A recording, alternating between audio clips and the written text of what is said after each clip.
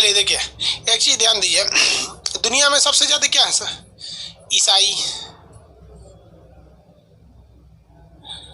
मुस्लिम, और उसके बाद आते हैं सब बौद्ध वगैरह, फिर हिंदुज़म वगैरह चीजें हैं सर। अब एक चीज देखिए ध्यान से, ईसाई जो है सब ना, ईसाई, मुसलमान और यहूदी कोई अंतर नहीं, तीनों टोपी पहनते हैं सब। देखिएगा, ईसाई, यहूदी और मुस्लिम,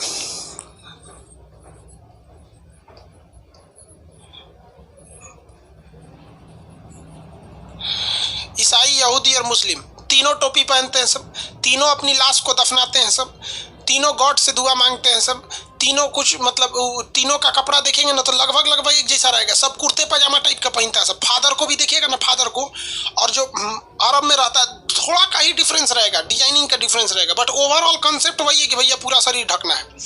जैसे बौद्ध धर्म में शरीर खुला रहता है, हिंदू धर्म में भी देखिएगा पंडित जी लोग को, चाहे राम जी को देखिए या लक्ष्मण जी को देखते हैं ना, शरीर खुला रहता था पूरा, और हिष्ट पुष्ट शरीर रहता था, धनुष लेके एकदम। तो आप इन तीनों को देखेंगे तो एक चीज है, इन तीनों में थोड़ा सा का अंतर है, समझा देते हैं। देखिए ध्यान से समझिएगा, इन तीनों में क्या है। इन तीनों में ये कहा गया है, ये तीनों यही मानते हैं कि गॉड ने सबसे पहले बनाया आदम को, और इनके लिए इन बनाया एक हव्वा को।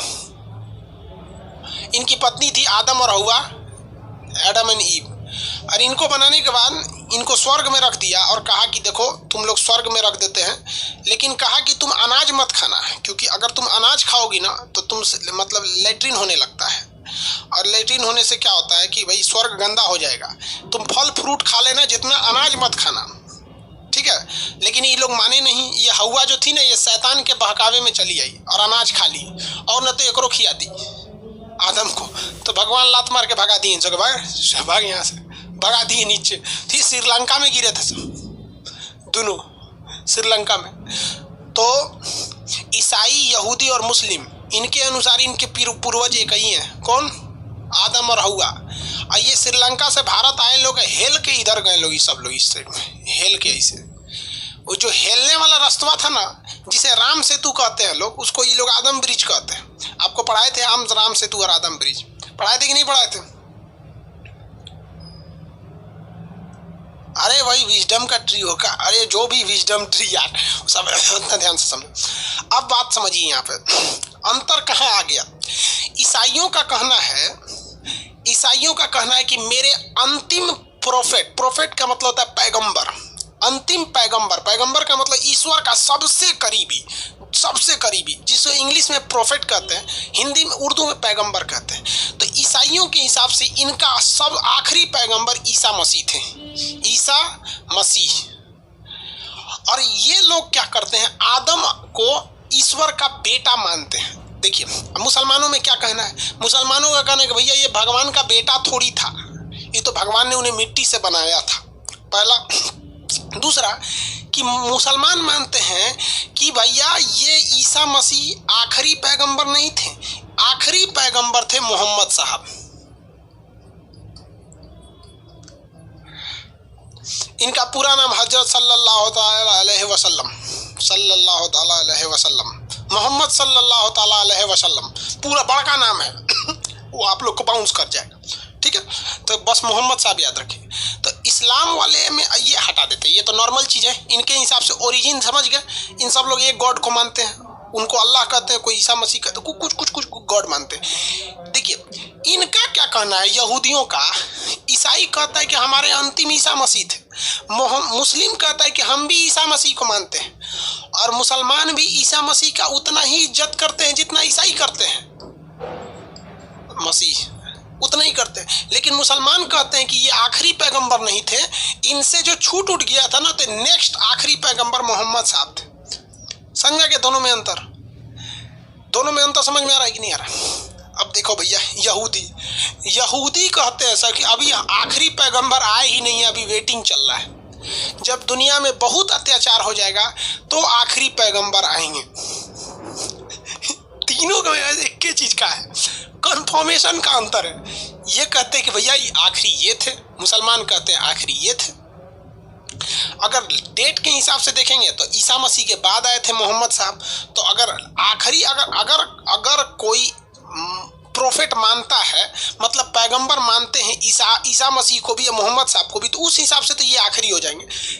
इस हिसाब से हम कह रहे हैं, मानना ना मानना आपका मन है, आप किसी को मानिए। समझ में आ गया? और इनका क्या है कि भैया हम वेटिंग में चल रहे हैं। तीनों में अंतर समझ में आ गया?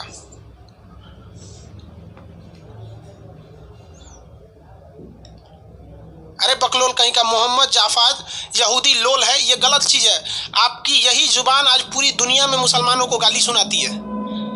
आप बोलते हैं यहूदी लोल है ना, यहूदियों के ही खोजा हुआ एक सॉफ्टवेयर है इंटेल। आज दुनिया के हर एक कंप्यूटर में लगा है, चाहे वो हमारा ये लैपटॉप हो, चाहे मेरा कंप्यूटर हो, चाहे आपके मोबाइल में हो, चाहे कहीं पे भी, ये यहूदियों ने ही खोजा था। इसी के बदौलत आज क्या चल रहा है, ऑनलाइन चल रहा है क्लास, और आप बोल रहे हैं यहूदी लोल होते हैं सब। समझ में आ गया कि नहीं आ गया? मतलब दुनिया में सबसे ज्यादा आप होशियार हैं। मुसलमान कहते हैं ना कयामत आएगा। अरे कोरोना की वैक्सीन नहीं आएगी तो ऐसे कयामत खत्म हो जाएगा। और कोरोना की वैक्सीन कौन लाएगा कौन नहीं ये नहीं पता है, लेकिन किसी मुस्लिम कंट्री से नहीं आने वाला, इस बात की गारंटी। भले फ्लाइजर का होगा या कहाँ का होगा, इस बात की गारंटी नहीं आने वाला वहां से वैक्सीन। ये गलत भाषा का प्रयोग नहीं कीजिएगा। समझ में आ गया? आप अपनी धर्म को मानिए, अपनी धर्म की इज्जत कीजिए, जितना चाहते हैं इतना इज्जत कीजिए, लेकिन आपको कोई अधिकार नहीं है कि दूसरे को लोल कहेंगे या दूसरे को गाली देंगे। आप इज्जत नहीं कर सकते तो बेइज्जत करने का कोई अधिकार नहीं है आपको। मदरसा छाप टेक्नोलॉजी आप इस क्लास में मत अपनाइए।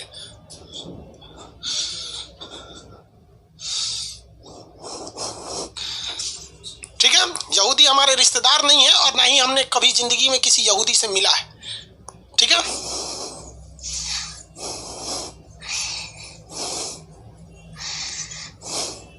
हमारा यार धार्मिक लोगों से पता नहीं क्यों झगड़ा हो जाता है। एगो धार्मिक आदमी थे, वो कहते कि सब कराता है भगवान कराता है, जो कराता है भगवान कराता है। हम कहें एक बात बताइए, दिल्ली में दामिनी का रेप हो गया था, कौन कराया था? कहा कि नहीं वो तो 4 को आदमी कराया था। हम कहें कि तब काहे नहीं करे, भगवान कराया था। मतलब सेलेक्टिव, जहाँ अच्छा चीज हो रहा है भगवान करा रहा है।